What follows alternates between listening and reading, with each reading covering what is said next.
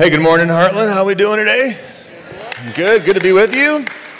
I got to tell you, one thing that brings me joy is having Craig back. I don't know if you realize that it is so cool that we get as a church that we make it possible for our leaders. Craig, after 46 years of ministry, the guy finally got some time off, okay? So great for him. Great to have him back. Absolutely. So it is good to be with you. Like Craig said, we are continuing this series called It Brings Me Joy, and where we are talking about one of the values that we have as a church. If you're newer to Heartland, we know there's probably several of you out there, you're learning about who Heartland is, you're watching online. One of the things you got to know is that we have this value that we take Jesus seriously, including his joy. So we make a really big deal of Jesus, and we really make a big deal of his joy because Jesus was probably the most joyful person who ever lived. And joy, not to be confused with happiness, we know that distinction. Joy is this deeper, kind of more deeply rooted, pleasant, profound emotion of our soul that can't be thwarted by the circumstances that we face. That this joy that characterizes Jesus is also something that he says can be true of your life and mine too.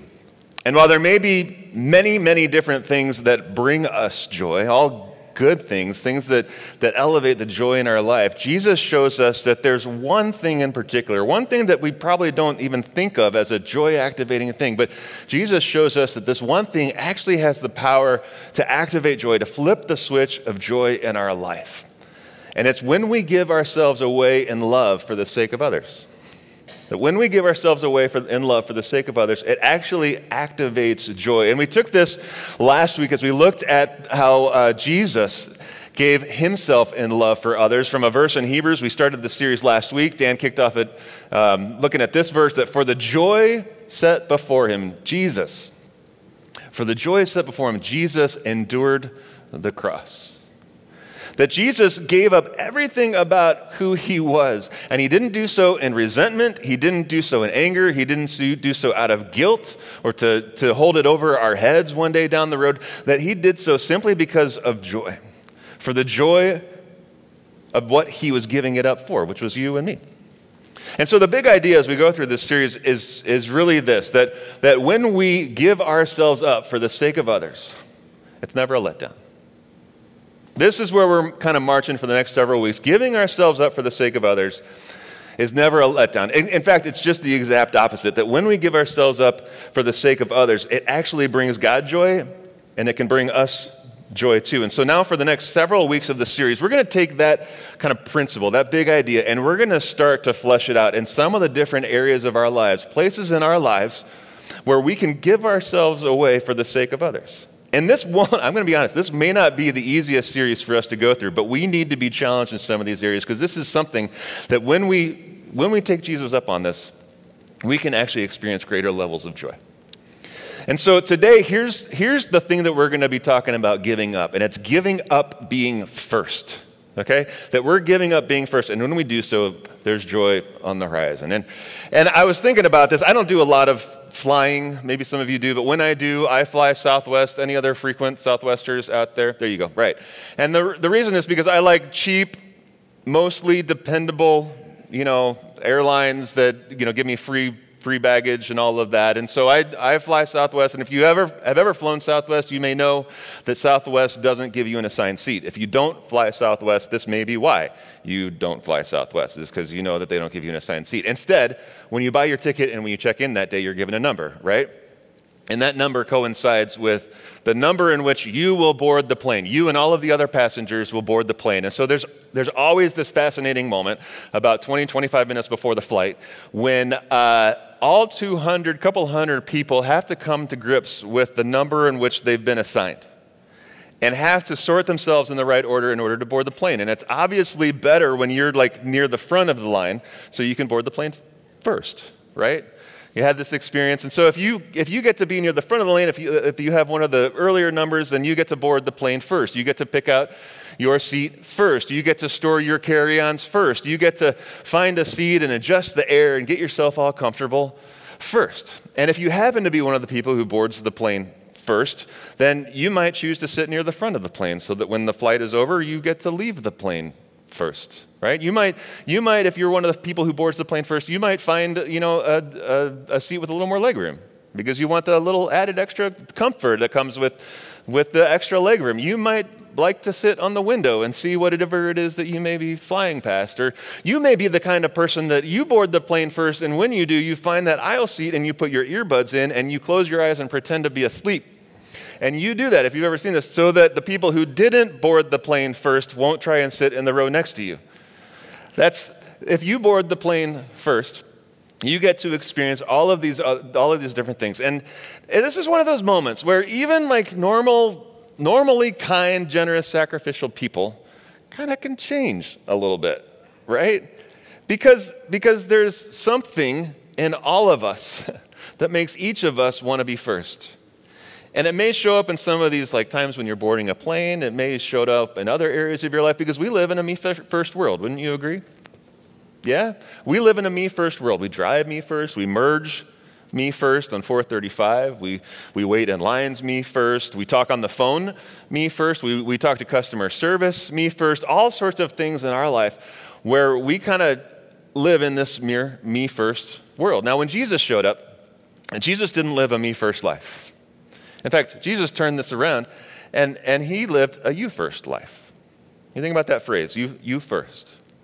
You know, it's a phrase that you may hear, you may toss around every now and then. It's kind of this social courtesy, this polite kind of manner that when you're walking into a building, you may open up the door and say, hey, you first. Or if you're ordering food, you're out to lunch with someone, and you say, hey, you first.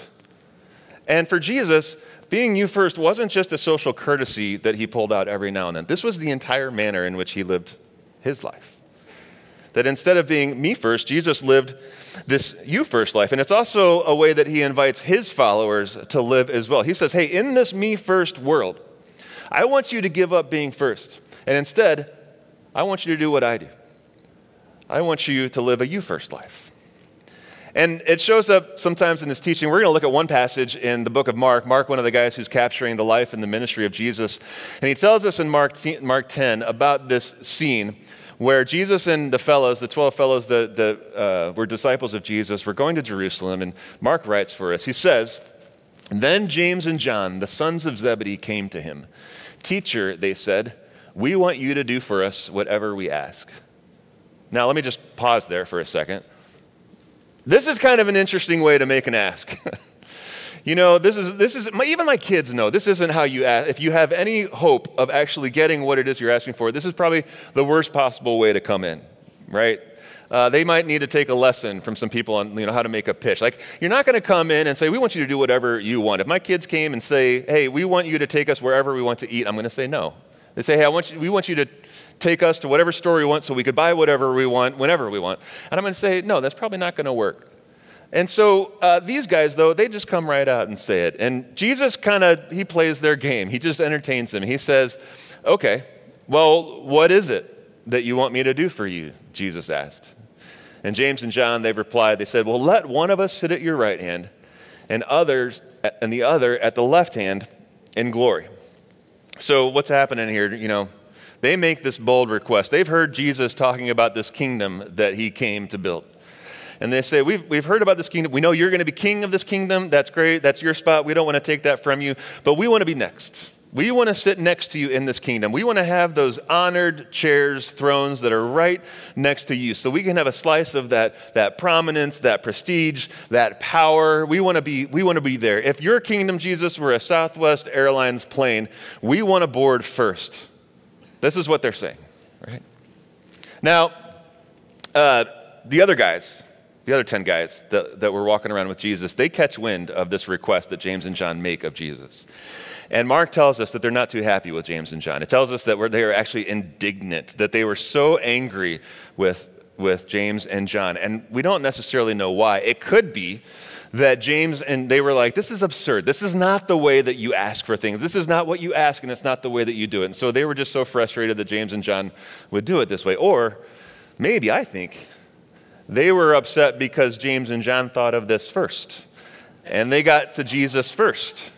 And they took advantage of being first to ask that they would be first. And the other guys are now realizing, oh, shoot, We should have been the ones, we should have beat them to it so that we could be first in the kingdom. It says now, for this whole eternal kingdom or whatever it is that Jesus is talking about, we're going to be down the line. We're going to be getting on the plane last. And so they start having this big argument, and Jesus takes advantage of this argument, and in typical Jesus fashion, he just kind of walks through the middle of it and uses it as an opportunity to teach these things a thing or two about the greatness that they so desire. And this is what Jesus says. He says, you know that those who are regarded as rulers of the Gentiles lord it over them. He takes the kind of the power structures of their day, and he says, you've seen these guys, and they lord it over them, and their high officials exercise authority over them. Not so with you. Instead, whoever wants to become great among you must be your servant, and whoever wants to be first must be slave of all. Now, what's happened in this passage, there's a little bit of irony, because as Mark is laying out these stories for us, he's kind of telling a bigger story. And right before this big argument happens on the road, Jesus has been teaching the disciples. And what he shares with them is he says, hey, we're headed to Jerusalem. And I want you to know that once we get to Jerusalem, some stuff's going to go down. It's going to get pretty real pretty quick. And I'm going to be handed over to the authorities, and I'm going to suffer greatly, and I'm going to die. And that's right before James and John show up and make a request of Jesus. So it's kind of like, Jesus tells them the sad news, and what James and John do is they're like, cool. So how about that kingdom? Can we sit next to you when you rise in glory? And Jesus just uses it to say, let's talk about glory. Let's talk about greatness. And he says, you see all of these power structures around you, and you see that all of these people use their position to make themselves first, that you're used to watching these people run out ahead of everyone else as fast as they can, so that they can push others down so that they can raise themselves up. But not so with you. Not so with my followers. He says, I want you to make yourself last so that you can make others first. And this is what greatness is, Jesus says.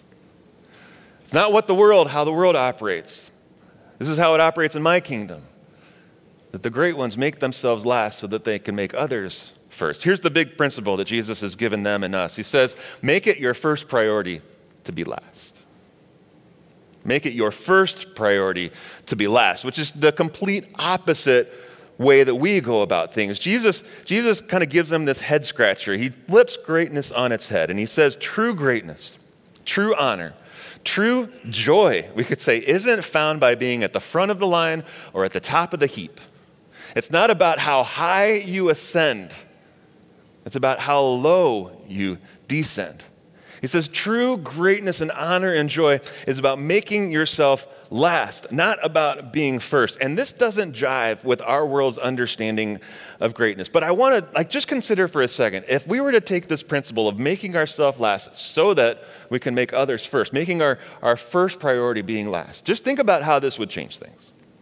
Think about the tensions in the relationships that you experience, the tensions between coworkers, the tensions between roommates, the tensions between siblings. Think about how those tensions could be resolved or even just lessened a little bit if we would live out this principle of putting others first. Think about the conflicts that exist in the world. Think about the conflicts that exist in your workplace. Think about the conflicts that exist between siblings. Think about the conflicts that exist within society, in politics, political conflict, even global conflict. The way that those things would change and could be resolved just by living out this one principle that Jesus taught so many hundreds and thousands of years ago, to make it your first priority to be last. Think about the way that this could breathe life into a marriage. If we would make ourselves last so that we could make our spouse first. And so Jesus says, do this.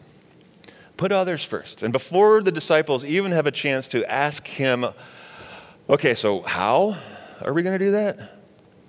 Jesus tells them, he says, for even the Son of Man, even me, I did not come to be served, but to serve and to give his life as a ransom for many. That Jesus, the only one who truly deserved to be first, used his position to serve others. And what Jesus wants his followers to know, what he wants you and me to know, is that serving, that when we do things on behalf of others with no expectation of anything in return, that this is how we make ourselves last, so that we can make others first. Now, we know that. We've heard this before. This is nothing new for us, right? We know this. We try to do this. This isn't a struggle, right? Not a lot, maybe. Maybe it's kind of a struggle. Okay, it's a struggle. It's a struggle. Of course it's a struggle. It's a struggle for you. It's a struggle for me. It's a struggle for all of us. Can anyone in this room say that this is a struggle? Okay, good. This side, struggle. This side, not so much a struggle. Anyone over here? Yeah. Okay, good. Yes, the Chiefs aren't playing today. We already won, okay? So we don't have anything to be nervous about.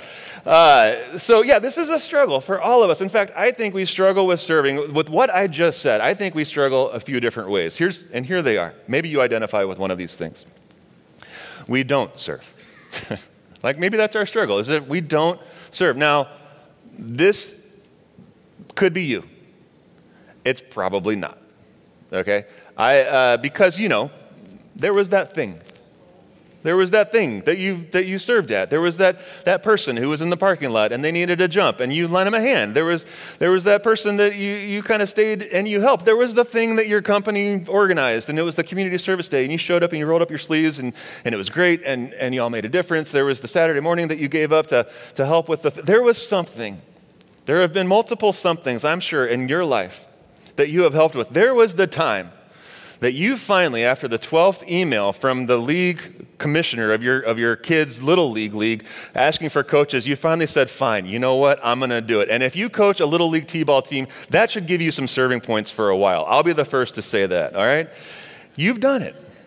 So maybe your struggle isn't so much that you serve, but we serve sparingly. That's the second struggle that we have, that we serve sparingly, kind of sporadically, that it's not so much that we're not serving, it's just the time and the ways in which we do serve. And Jesus kind of presses on this a little bit, that he says there's a difference between serving sparingly and serving sacrificially. See, serving sparingly, this is when we serve in the times and the ways that it suits us. It suits our schedules. It suits the amount of energy that we want to be able to give to something. It suits our schedules. It suits our comfort levels. And these aren't bad times to serve, but Jesus is saying everyone does that. The whole world at some point will do that. But my followers, the people who carry my name into this world, you're different. I don't want you to serve sparingly. I want you to serve sacrificially. We're going to talk why here in a little bit. But Jesus knew that serving sparingly was something that these guys kind of were still struggling with. This whole idea of serving and putting others first and why this is so important. And so a little bit later, after they get to Jerusalem, they're having dinner, and there's a scene that happens. Jesus is sitting at the meal, and it tells us that he got up from the meal. He took off his outer clothing and he wrapped a towel around his waist and he began to wash his disciples' feet. Maybe you've heard this story before. And if you have, then you know the immense contrast of Jesus, who's being, the most important, special, powerful person in the room, all of a sudden lowering himself to that of a servant, physically lowering himself in posture to that of a servant. You may have seen this before, but there's one detail that sometimes we miss, that John, one of Jesus' followers who recorded this scene for us, he catches for us, and it's this right here, that when Jesus got up from the meal, he took off his outer clothing. And what's happening here is Jesus isn't just like removing a sport coat or a jacket or something so that he could kind of, get ready to get his hands in the water and wash the feet of the disciples, that Jesus' outer garment would have actually been his rabbi clothes, that it was a special shawl that he would wear that was draped over his shoulders, that as he walked around, this would be a symbol to the people around him of the position that he had. This was a symbol of the power that he held, of the status that belonged to him. And so when he gets up from the table, he takes the symbol of that power and he takes it off. And he sets that power aside and he replaces it with a servant's towel tied around his waist. And we think about that. and we think about this idea of serving sacrificially and not just sporadically, it makes me wonder, what are the things that you and I have to take off in order to serve sacrificially? What are the things that we hold on to that keep us from doing any more than just serving maybe sporadically here and there, or reactively, or just when we kind of feel like we need to check a box? And it could be that there's some achievement or some accomplishment in our life that have earned us a special status, whether it's in our company or our workplace or society even, that there's something that we've accomplished for ourselves that we're pretty proud of, and we should be, because there was a lot of hard work that went into that. And are we willing to take that off so that we could serve more sacrificially? It could be that there's some comfort that we need to be able to take off, that there's some roles that we've been given or that we've earned, that there's some privilege or some security that we need to admit, you know what, that's there, and I'm going to be willing to set that aside so that I can serve more sacrificially the people around me. What is it for you? This could be something worth thinking about this week, is what is it that I need to take off so that I could serve the people around me more sacrificially? But maybe for you, your struggle isn't so much serving sporadically or even serving at all, but maybe it's something else, because honestly, if you were to look at your life, and if anyone were to look at your life, there's no shortage of serving that's happening. You know, if that's you could be a parent, and you knew that the serving, that when you became a parent, when you had this child, that there was going to be a great deal of serving, that all of a sudden you were going to become a lot less important in this world, but now you're realizing just how much so. If you're a single parent, this could be especially true, that the amount of responsibilities that have fallen to you has doubled. Or maybe you're someone who's caring for a sick spouse or an aging parent yourself, and so you are serving, and there's no shortage of serving that's happening in your life, but what your struggle is that your service is joyless. That you're serving and it's joyless. Maybe you're serving, but it's only out of guilt. Maybe it's to avoid guilt. Maybe it's that you don't feel joy when you serve, but you feel even a little bit of resentment when you do it. Or maybe what you feel is just flat out exhaustion. And those moments of joy are few and far between. And your struggle is not, do I serve more? Because the last thing that you need, if this is you, is for me to stand up here and tell you that you need to serve more. Because that has become so much of your life. But what do we do with that? I think whatever our struggle is, whether it's serving sporadically, or serving but just not experiencing the joy that we're saying happens when we serve, I think it all comes back to at least one thing. One thing that we can begin with to help us restore the joy or feel the joy of what happens when we serve. See, when we don't serve, or when we're not willing to serve more, or when we serve but it's just kind of joyless in the way that we serve, I think it's because we lose sight of what happens when we serve. We forget all that God does when we make ourselves last so that we can put others first. And here's the big thing, that as I've learned, as I've watched, as I've been served by people and been able to serve others, here's what I think we need to hold on to, keep our eyes focused on, that this is why serving matters. Serving shows people that they matter to God. Serving shows people that they matter to God. Just take the first part of this, even if you're not into the God thing, or you're here just kind of checking that part out. Serving shows people that they matter. You've experienced this in the ways that people have served you, that when someone has served you, they're telling you, you know what, you matter. You matter more than you think you matter. You matter so much that I'm willing to give up things that matter to me because you matter. I'm willing to give up the time that matters to me, the money, the comfort, the schedule that matters to me, because you matter more to me than these things. This is the friend who helped you move apartments and gave up a Saturday, and they're saying, you know what? You matter to me more than the things that I could be using this Saturday for. This is the coworker who stayed after late at work and helped you on that project. And they were saying to you, you know what? Your success matters more to me than the time that I could spend doing other things. Your success might matter to me more than my own success, because serving is one of the simplest ways for us to be able to affirm the worth of other people around us. Serving shows people that they matter to us, but they also matter to God. And because they matter to God, they matter to us. Isn't this why Jesus came? Because there was a world that needed to know that it mattered to God. the world that didn't even believe maybe that they mattered to God. And so Jesus came, and what did he do? He came not to be served, but to serve, to give up everything. For the joy set before him, he endured the cross. Remember that? So that you and I could know just how much we matter to God. Serving shows people that they matter to God. And we believe this so deeply at Heartland. If there is a difference that this church has made in its beautiful history, it's because of people who live this principle out, that they make others first, that they show people that these people matter by serving. And they do this in their neighborhoods, they do this in their kids' schools, they do this in our communities, they do this in their workplaces, they do this even in different corners of the world. And they especially do this right here at Heartland.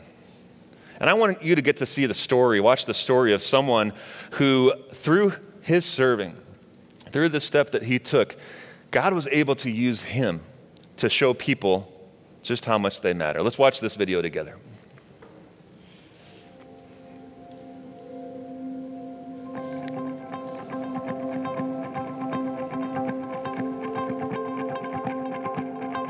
You know, went through a challenging time in my life, early 90s, and when I came to Heartland, went to the bookstore, and I bought this Bible. It was a men's Bible, and studied it and read it more than I had done in my life. And during that time, you know, it was, and it's interesting how, you know, I didn't want any scratches on it. I didn't want any torn pages.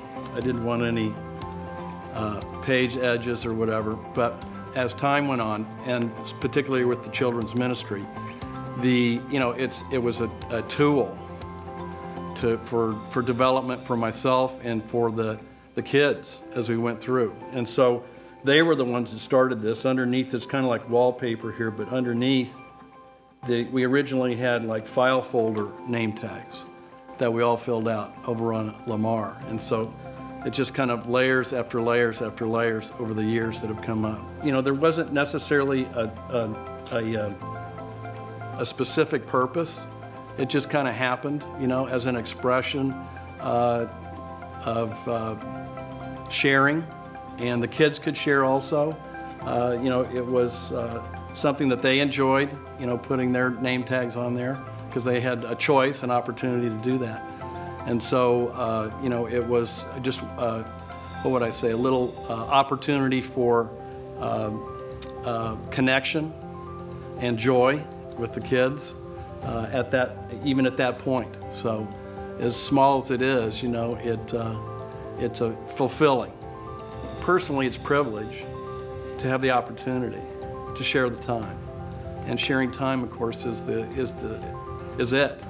Because we can't make time, you know, we can't, you know, save it over here, we can't buy more time. I mean, the time is the time. So you have it, and then you have an opportunity to choose, you know, how you use your time. You know, these names, they start here, and you can't read these ones back in here, but they're there, okay? It's real.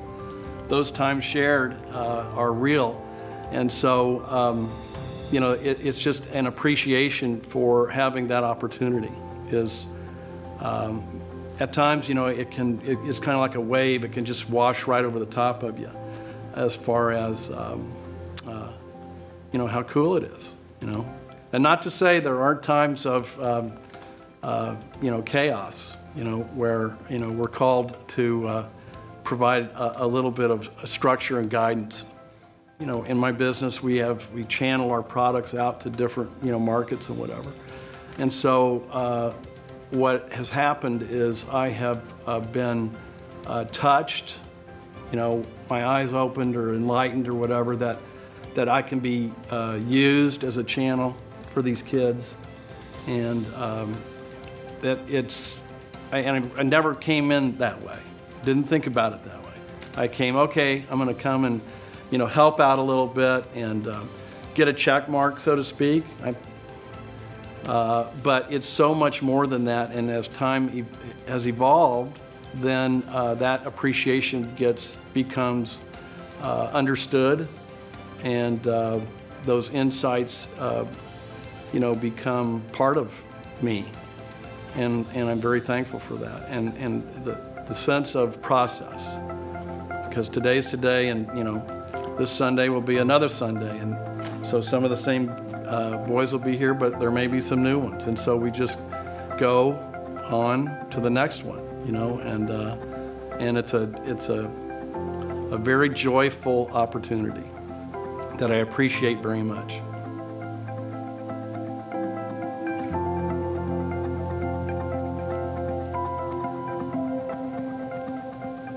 Serving is a very joyful opportunity. I love that. I love Scott's story. We actually filmed this a couple years ago, but he's still at it, making space for kids to realize how much they matter to God. But he's able to experience that joy. Because we're able to experience that joy when we remember what it is that God does through our serving, that it shows people how much they matter to God. So if you're hearing this and you're thinking, Brad, yeah, this is good. I got some stuff to think about here. You know what? I'm going to empty both halves of the dishwasher for my spouse from now on. Yeah, that's big. You know what? I'm gonna start thinking about some of the ways that I can kind of lend a hand to the people around. That thing that Craig was talking about next week, the thrift drive. I'm gonna go find some stuff. I want to help those people. I want to let them know how much they matter, and I'm gonna bring some stuff in a couple weeks so that we can make a difference. Let's do this. And if this is what you're thinking, I love it, and I'm so glad you are, and I want you to continue doing that. We need to start where we are and begin finding those ways to serve. But there's one more thing that one more step that I want us to take. And it's something that I want all of us to do together, because we have an opportunity as a church to do this together. An opportunity to show way more people than you can imagine just how much they matter to God. And so there's one step that I want you to take. And I know even as I say this, I'm the kind of guy that even though I'm a pastor of a church, when the people on stage give us in the seats things to do, I'm like, nope, not going to do that. Just to show you I don't have to, It's like, when the worship leader wants you to put your arms up or something, or the pastor is telling you they want you to do something or fill out something, and you're like, nope. Anyone else? Just me? Okay. So I know that. So I'm one of you, okay? But here's what I want you to do. On the QR code, there's a QR code on the chair somewhere in front of you. If you're here in the front row or you're watching online, we've got it up on the screen. I want you to take out your phone. You're not doing it yet. I want you to take out your phone. Trust me, you're not doing anything. I just want you to look at something, okay? Gosh, people, just come with me. I'm like, it's okay. I just want you to look at something. I'll tell you why here in a second. I want you to if you've never done the QR thing, you just open up your camera, someone next to you might be able to help you, and just click on that link that pops up. Here's the other reason I want you to do it, is there is a QR code somewhere in this room, I don't know where, one that will take you to a $100 gift certificate for a restaurant, one of the best, tastiest restaurants in Kansas City, and we want to make sure that someone finds that. That's a total lie, okay? I'm just willing to do whatever I can, because here's why. On that link, you're going to see some of the areas that people around Heartland are making themselves last so that they can make others first. You're just looking at a list right there, if you scroll down, of some of the areas, some of the ways that people's purposes and passions and giftings are coming alive as they step into these areas to be able to help other people experience how much they matter to God. And you can too. And so I lied again. I don't want you just to look at this. I'd love for you to fill this out. And I'll tell you what's going to happen. What's going to happen is if you just fill this out and you mark a couple of things that interest you, then this week one of our serving coaches will reach out, and you're not committing to anything. You're just saying, hey, I'm gonna learn more about some of these things that kind of jumped out at me and see if there's a place where I can serve and where it makes sense. And that's a great next step for us to take. And here's why this is so important. I love that as long as I've even known about Heartland, before being one of these pastors, I knew that Heartland had a reputation of being one of the easiest churches in all of Kansas City to come to. And I hope that that's true of our church now. I hope it continues to be true of our church, because I think we don't need any more obstacles in this world that will get in the way of God's love in people. Amen? And so we're here to make it as easy as possible for people to be able to experience the love of God. And so I hope that we continue to be this church where people can easily come in. But I hope that we become an even easier church for people to connect at. because that's where God does most of the work in our lives. And serving connects us. Serving, very practically, it connects us to people that when we serve, we get to find people. We might even find our own people. That as much as we love the comfort of not being known, and we do, I do, what we most need is to be known. We need to be connected and supported by those around us. One of the church's first pastors, way back in the first century, Paul, writing to a group of churches, he says to them, just as there are many parts to our bodies, so it is with Christ's body. We are all parts of it, and it takes every one of us to make it complete. For we each have a different work to do. So we belong to each other, and each needs all the others. That we aren't a we without you. That we are not complete without one another. That just as the body is made up of all these different parts, you and I play a part in the body of Christ, which is our church. That if I were to put my leg in the corner of this room, it's not going to have the greatest experience of life detached from the rest of the body. And the rest of my body, sure, I could get around, but I wouldn't be moving very quickly. And it'd look a little awkward because what my body needs is the leg, and what my leg needs is the body so that it can fulfill its purpose and my body can be able to most fully go after its purpose. Because that's the other thing. Serving, it connects us to our purpose. It connects you to your purpose. Did you know you have a purpose? Did you know that your purpose is not just to make it to tomorrow, to make it to the weekend, that your purpose is not just to make money, or even your purpose is not just to make it to church? God tells us what our purpose is. Paul, again, to some churches in the first century, he says that it is God himself who has made us what we are and given us new lives from Christ Jesus. And long ages ago, before any of us were here, he planned that we should spend these lives in helping others. That the purpose that you and I have is to be helping others. And I love that, I kind of hate it, but I love that Paul says we should spend these lives. He doesn't say spend a season of your life. He challenges us. He doesn't say spend some day down in your life. He says spend your life. Now, here's the thing. Serving will look differently in the different seasons of your life. That's okay.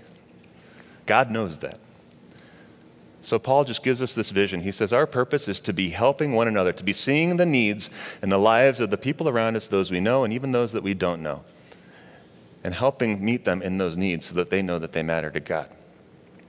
See, serving also, it connects us to needs.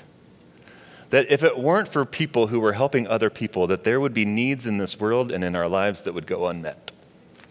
That there are problems that would not be solved without people stepping in. And so I just want to, for those of you, if you find yourself saying, you know what, I love Heartland. I love this church. I love what I experience. I love these worship services. I love the atrium. I love the coffee that I get to drink. I love what my kids get to experience right now. I love our students and what they experience on Sunday mornings and Wednesday nights. I love that this is a church that has a heart for our local community, that we want to make a difference, that we want to be a church that if we were missing from our community would miss us. If you love Heartland, if you find yourself feeling any of that, do you know why? Do you know what it is that you love? Do you know how all of this happens? It's because of the people, the hundreds of people who make it their first priority to be last. It's Holly who's running the slides right now and loves that I just called her out because of it. You know, it's Marlon over in the hub just to help make sure people experience the hospitality of Heartland. It's Dwayne on Wednesday nights in our high school ministry to make sure that these students have a place to process life. It's so many of our kids volunteers that are helping them see Jesus on their level. It's Kevin who organized yet another Harvesters food drive on Sunday, and all of those of you who rolled up your sleeves and helped to make sure that people in our community didn't have to experience any more hunger than they already do.